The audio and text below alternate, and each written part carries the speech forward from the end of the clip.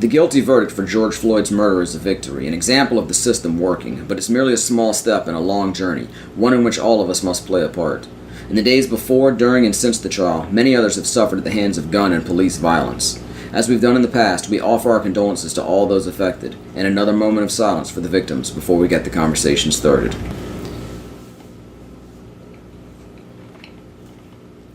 Spoilers right off the bat for The Falcon and the Winter Soldier, which just wrapped up its season. Y'all ready to talk about it? Hell yeah! Fuck yes. It is Maddie, along with Lexi. Dylan. reviewing The Falcon and Winter Soldier Episode 6 exclusively for our YouTube channel. Make sure to like, comment, subscribe, all that good stuff, as we say over on our other YouTube channel, Vidacy. And of course, check out the main podcast, which drops every Sunday, or most Sundays, at lexiconpodcast.wordpress.com. Yee. Alright, so the season is in the books. Let's take a look at it in the bigger picture, and also this episode in particular. It was amazing. Now, this one kicked off, I thought, too fast. A little the bit, same yeah. sort of incident we had in the second episode, where all of a sudden, after being separated, Sam and Bucky are just together like that. And here Yeah. we are in, presumably, New York City, where the Flag Smashers are interrupting the GRC, and then Sam and Bucky are already right there on the scene. Just Pretty much, no yeah. preamble, no build-up for Sam's suit. Clearly, he's got one. You see him flying in. You don't see a good look at it, but clearly he's got a new suit. Yeah. And I'm like, well, here we go again. Here's this sort of haphazard slapdash pacing to the series that doesn't quite work. And then it hit me. This isn't a 6-episode series. This is a 6-hour movie. It really is. If you look at it like that, the pacing makes a lot more sense. You know, you didn't have that build up and that sort of setback and build to this and then reveal like you would have if it were simply 6 episodes of a series. Mm-hmm. I think, you know, aside from a few things here or there, which, you know, concessions that had to be made because it is being presented episodically, I think for the most part, if you just cut the credits out and put it together and watched it as one 6-hour block, it would feel much more coherent than it did watching it as an individual series or individual episodes of a series. Yeah, I agree with that it being more like a 6-hour movie than the series. But also, we got that, and it is kind of rushed. I saw it like that, but at the same time, I kind of expected it.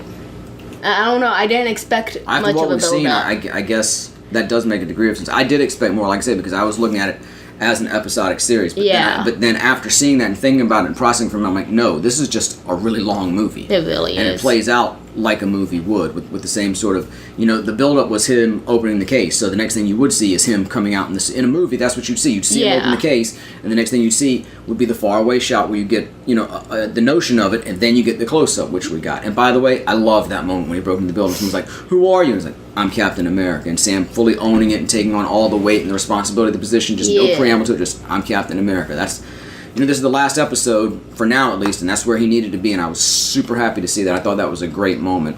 Same. But going back to the movie versus episodic series concept, again, in a series, you know, you'd have that moment at the end of the episode where, oh, there's something in the case, and then it'd take a while to build back up to it before you actually got the full reveal. But again, I don't think this was ever meant to be like a series. Maybe it was, and maybe some of it is just in the fact they had to do some re-editing because they may have dropped a plot line here, and you know, shooting schedules were interrupted because of the pandemic and whatnot. But Yeah. it seems more like it was intended to always be presented more like a 6-hour movie than a 6-episode series, whereas like WandaVision felt more like it was supposed to be a series. It was a series of episodes. Yeah, I agree that it feels like... Not that it wasn't telling a large story. You can have a story running through an episodic series. I'm just saying this felt like it was presented just like a long movie, whereas that was presented more like a television series. And again, I'm sure this was always... I assume this was always intended to be a series. Yeah. I'm not suggesting that ever changed. I'm just saying it was a different sort of presentation. While I criticize it through most of the reviews, again, being able to see the big picture and finally realizing, oh, it's just a long movie, I think it worked really well. Same. And looking at it through that lens raises it up a little in my books. So if they planned for it to feel more like a series and ended up having to scrap that idea, go with the movie thing due to COVID or something, they did that really well. Yeah, which is, again, why I don't necessarily... I think it was kind of always the design that the creators had in mind, but... I think so, too. I don't want to speak for them, of course, but... Of course. Regardless of why it ended up that way, in the end, it did work out really well. It looked great, in my opinion. So after that...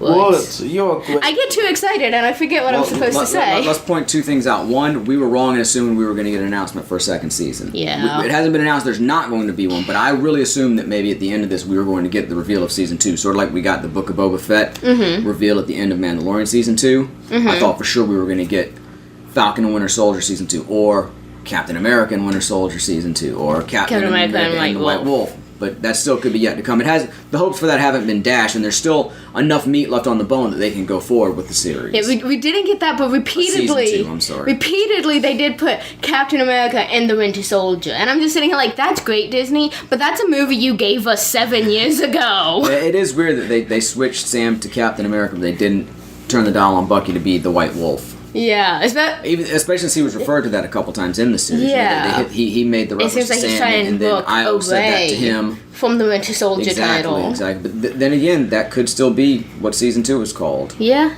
could be the next series, or who knows exactly what yet. But while we weren't necessarily right about that, one thing we, and especially me, or I, was dead on about. Sharon Carter was revealed to be the power broker. Yeah. Yes. I feel as though, I know a lot of people are denying it, but I also feel like it was kind of obvious. She didn't have an iPhone. Revealed to the audience in one dead French villain. Yeah. But to most people, they still don't know she's the power broker. And now she's got her place back within the government, and she's going to be sort of like Hydra was after Captain America and the Winter Soldier, working from within. I don't know that her plan is necessarily to dismantle the government, but she's out to build an empire. Like Carly accused her of wanting to build an empire and build her power. Yeah. So I don't necessarily think she has any other sort of agenda, but I was pretty sure she was the power broker since the second episode, in all honesty. I know people want to say, well, they use male pronouns for the power broker, and the power broker was somebody who apparently was around before Sharon Carter would have gone rogue, but it's been a while. It could all be all that could be misdirection. Yeah. But both on the writer's parts and the power broker's part herself. Yeah. And the power broker could be like the Dread Pirate Roberts from The Princess Bride, where they existed beforehand and she just assumed the mantle. Yeah. So, and for all we know, she could have been bad going back further. Yeah. So, and we don't know a whole lot about her. I did think for a minute when she first showed up, when she was on the scene to be the backup that Sam had called in. Yeah. For a minute I thought, oh, maybe they are going a different direction. Maybe she's not going to be the power broker. But I still didn't trust her. Then once she confronted Carl, I'm like, no, she's power broker. And yeah. Then she flat out said it. Yeah. But, yeah, she seemed a little suspicious, when the stuff was going off. Yeah. I'm saying in this episode when the stuff was going off and they're like, well, we're going, She seemed kind of sus. I'm like, I don't trust her. Yeah, and that's one of those things. Like I say, they've left meat on the bone to go forward, and we got just some more little bits of Val, who we found out is Madam Hydra, amongst other things in the comics. Yeah. And John Walker now assuming the U.S. agent role. Yep. Almost officially, he's got the black suit, and she referred to him as a U.S. agent. Yeah. But we still don't know for whom she's working or where that's going to lead. And there's nothing on the schedule going forward for any of these characters. So it still seems like a season 2 may be in the works. Yeah. And they could appear, of course, in other people's movies. We see a lot of crossover with the characters, and they could have something going on down the road. It's all on the background. I was going to say the Madam Hydra, Black Widow. Maybe we'll see her get involved with Secret Invasion. I was surprised that it looks like Carly's out of the picture. It does. I mean, she seems kind of dead. She got shot by Sharon, and Sam did carry her out and put her on the gurney so the EMS or ENTs, the ear, nose, and throat doctors could take care of her. The emergency doctor people. But he referenced her as dying for her cause. Yeah. Which it could just be melodramatic on his point, or it could be misdirection. It could just be him being mistaken. Could be Tahiti again. So she may come back, but it's kind of a shame for Luther. She was a really good character. She was. And it was interesting to see her, she was sort of becoming what Zemo accused her of being radicalized for her cause, She obviously had good intentions and was fighting for something she thought was right, but she was letting herself be consumed by it. And it's an interesting thing to do with the character, something you've seen played out in movies and in real life.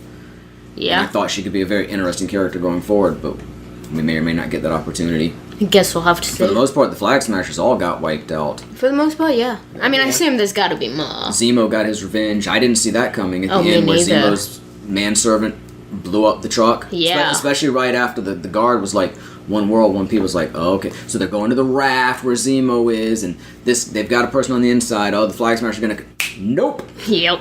the Zemo's dude just blew it all up. There does still seem to be one out there, though, because the one that got dumped out of the helicopter. Yeah. And Sam went to go help apprehend. I don't think he was in that group. So there's still at least one flag smasher out there. Yeah. And I assume since they brought attention to it, they'll come back in some way, shape, or form. Oh, definitely. I feel as though it'd be kind of stupid for them not to. I like that moment a lot too, where Sam coordinated with the senator or whatever she was. Seems like a former military officer with the helicopter. In the helicopter, and he's like, "We're going to do this on the count of 5, and when we count down, you're going to take the controls." And he zoomed in there and took the guy out, and she took the controls. That was a really cool moment. Yeah. I mean, just the action movie element of it, I really liked that. The action was top notch in this episode again. Oh, yeah. It didn't feel small scale. It felt like a movie. Yeah. Like I said, just part 6 of a 6-hour movie. It really was. But there was a moment we saw John Walker fighting Carly. I liked that a lot. I liked it. I didn't see it coming. B, it makes total sense no matter whether they're going to play John Walker as the hero or villain. And I think he's still going to end up being more villain than hero. Yeah. But he's got it makes perfect sense. Of course he's got a grudge with Carly. She killed Black Star. Battlestar. Yeah. And, but during that scene, I was sitting there like, somebody's gonna die. One of these people are not walking out of this episode. But again, I did not see that coming, and I liked seeing him come in there. And then, since we're bringing that up, let's bring up, almost the redemption of John Walker, where he has a chance to go after Carly, but he tries to save the van full of senators. He tosses down his shield and grabs That was a really dope moment, and I know some people are going to argue, oh, they're letting America off the hook, and the metaphorical ideas of, because people have talked about how Steve is Cap, and maybe even Falcon is Cap is what America wants to be, and John Walker's what America really is, and maybe this is sort of letting America off the hook a bit, but I think it's just adding more to his character. Exactly. It feels like more layers. He really does have a moral compass, and he wants to do what he thinks is right, but he's just going to end up corrupted in the end. Yeah. Which I think when he does those evil things and he becomes more the villain, it's going to have more impact because of the good person that was in there. Exactly. Carly was sort of the same way. Again, somebody who was a good person but was being corrupted by, she going too far or letting herself be led astray, which is kind of what they try to do with Thanos in the movies too. But I still think that was a mistake. It is like, I just want to make things balanced to give people a chance to live by killing half the population. They learned the mistake with Thanos. He had the wrong methods from the start. He was never trying to help people. He was just doing what he thought was best. Yeah. So, which is why I think they should have kept him more like he is in the comics, where he's just a genocidal maniac who wants to appease death. Yeah. Because that's basically still what he is. I'm just going to wipe out everybody because that's what's best. Like Greg said in the room/in-game parody, you couldn't just grow some soybeans or something, infinite power, and you're still just going to wipe everybody out. And I mean, he was slaughtering populations before that. I mean, I think there are better ways, and it never felt like he was coming from a place of, I just want to do what's right, and sometimes you have to make hard decisions. Like, I just want to do this because this is what I choose to do. Yeah.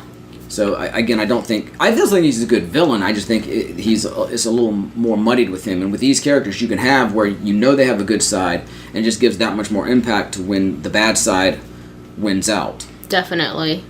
But again, John Walker still seemed pretty much like a good guy at the end of this, which is why, again, since they took the time to put him in the suit and say he's, you're a U.S. agent now.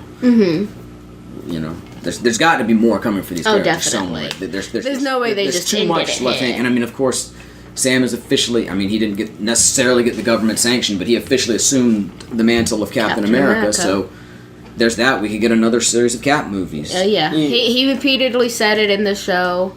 And I wanted to say real quick with John Walker and Bucky, I kind of liked seeing Bucky not trying to kill John Walker every 2 seconds. Yeah, that's the thing. It's sort of like the Zemo character. Like, I'm okay with what we got. I thought it was nice for what it was. It's not the direction I would have gone with it. I mean, I think there's maybe a better direction to go with it, but it was enjoyable. It was fine for what it is. It's nice to see characters be multidimensional and people adapt to situations. We'll see how it plays out in the end, but for now, there's an interesting moment here. I liked that, but going back to Falcon, Sam becoming Captain America, later in the episode, we see him go see Isaiah Bradley, and there's a moment when they're talking, and Isaiah makes a comment saying, "So, Black Captain America," and I like that Sam was just like, "Damn right." I really like that moment. Yeah, all the stuff with Isaiah was really good, and I like that we got the moment that Kevin Smith and Mark Bernardin sort of foreshadowed on Fat Man Beyond, where Sam took Isaiah and his grandson to the Smithsonian. They have an Isaiah Bradley exhibit there now with the Cap exhibit. Yeah. Which is, perfect bookend because we started out there in the beginning, now we're here at the end. it made a lot of sense, but it almost made so much sense that you didn't think there was a chance they were really going to do it. So I was really happy to see that they did do it. Of course they did it. That was a very nice bookend. And of course, I still hope we're going to get the Isaiah Bradley story at some point. Oh, I agree. There's so much material there. I saw a theory going around that Howard Stark may have been involved with the Isaiah Bradley stuff.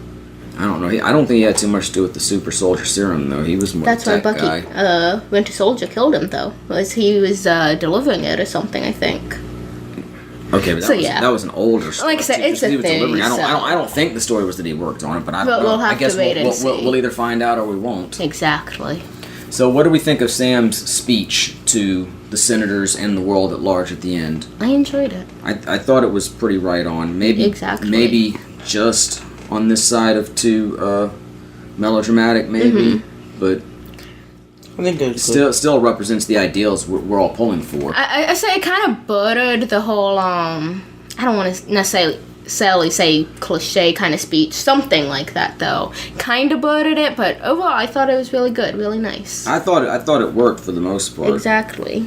And it seemed pretty fitting as well for, the show I'm sure and everything. different people are going to have different opinions on Of it, course. but overall, especially for, a comic book movie Yeah. / comic book series, but I maintain this was just a long movie.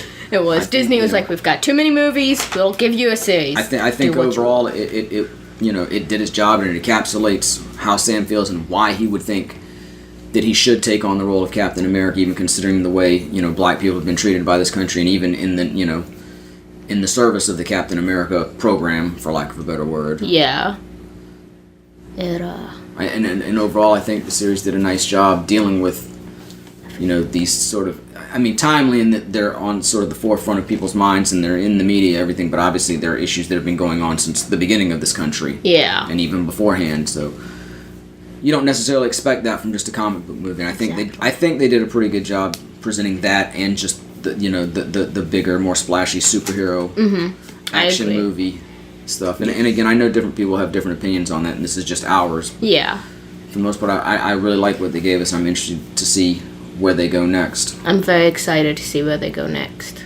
Yes. I also like the little wrap up at the end where Sam was back in his hometown and Bucky came to hang out. Bucky got invited to the cookout. I was really glad to see them together there. I've been seeing that on TikTok. I was afraid they were going to go their separate ways, and I'm really looking forward to them, staying a team. But I've seen a lot of creators like, oh yeah, we can accept him. He's invited. He's good at the cookout. And then seeing that, I'm like, Bucky's at the cookout. It's at the cookout. And I was just really excited to see him, with Sam's family, get along and being happy. Family and friends. Friends. I like the scene where the kids were climbing on Bucky's arm, just holding it out, and he doesn't even notice. No. It didn't get too much more of Bucky and Sam's sister, but maybe that'll come. Yeah. I was sitting there like, are they going to show them kissing at some point? Still waiting for the winter brother-in-law. Okay. So that's season 3. I would have said the white brother-in-law, but that seemed a little too on point. I can't wait till the next series, the Bucky series where he has to choose between Sam's sister and that one girl from episode 1. Oh, I don't want to see him. I don't think he'll end up with her. I want to see him especially choose between the Wilsons. Especially after he went and made amends to the gentleman whose son he killed. Yeah. I don't think there's going to be a lot of buddy-buddying between them anymore. Me neither. But no, that's the whole fanship TikTok side thing that I'm for. But everybody's just sitting here like, Sam and Sarah are Bucky's bi panic. Okay. Yeah. Buy Panic at the Disco. Yup. Buy Panic at the Disco for $5.99. Only $5.99? Shit. Buy Panic at the Disco low, sell high. Alright, so any other takeaways from just this episode, or even the series at large? It was good. It was so good. It was good. It ended really well. It started slowly, but it ended really well. They both started slowly and very quickly. Bucky's almost. But like I say, I think if you look at it, I'm tempted to sit there and make that cut. Oh, please do. Cut out the credits and just put together the 6-hour-long cut. I will watch the 6-hour-long cut. So, should we give ratings for, I think, the whole series? Do we have a title for this episode yet? We don't title these episodes. I meant episode 6 of the show. Oh. Because on Disney Plus it's just called episode 6, and the description is just that of the show. I assume maybe it's Captain America and the Winter Soldier. Probably. We saw that twice at the end. True. But anyway. So I'd rate it like a 9.5. Maybe a 9. On the minimum 9.5. I'd give it a clock that just says now out of 10. Yes. Because like a clock that just says now, it's both timely and timeless. Yes. Yes. Alright, well thanks for checking out our review of not only episode 6 of The Falcon and the Winter Soldier, but the series at large. Make sure you drop in on Sundays at lexiconpodcast.wordpress.com for full-length episodes of the podcast. And check us out here at YouTube where we're uploading episodes of the podcast, and we'll probably do some more special events like this if you all liked it. What you got? I just remembered that I wanted to make a comment saying that I'm curious to see if maybe we could get some of this Sam Captain America in the Loki series by any chance. Because I know in the comics there's some. I wouldn't see it being too long form. No, I think it would just be Logan's brief. Gonna be jumping around. Exactly. It'd be like a cameo. I think. But I was gonna say, could he jump into this time section? Yeah, we got Loki to look forward to. Not May, but June. I think we may well do a run on that series like we did here. So I thought that this was a good thing to do. We were in a little late on WandaVision to do it, but I think we'll probably jump in with Loki and do that, and maybe even What If coming after that. Oh yeah. It's a big year for Marvel stuff coming up. Yeah. Looking forward to it all. We're gonna check in on as much of it as we can. So make sure you come back then when the conversation will continue. But until then, I am and will continue to be Maddie, Lexi, Dylan, and this is LexiCon concluded. Bye.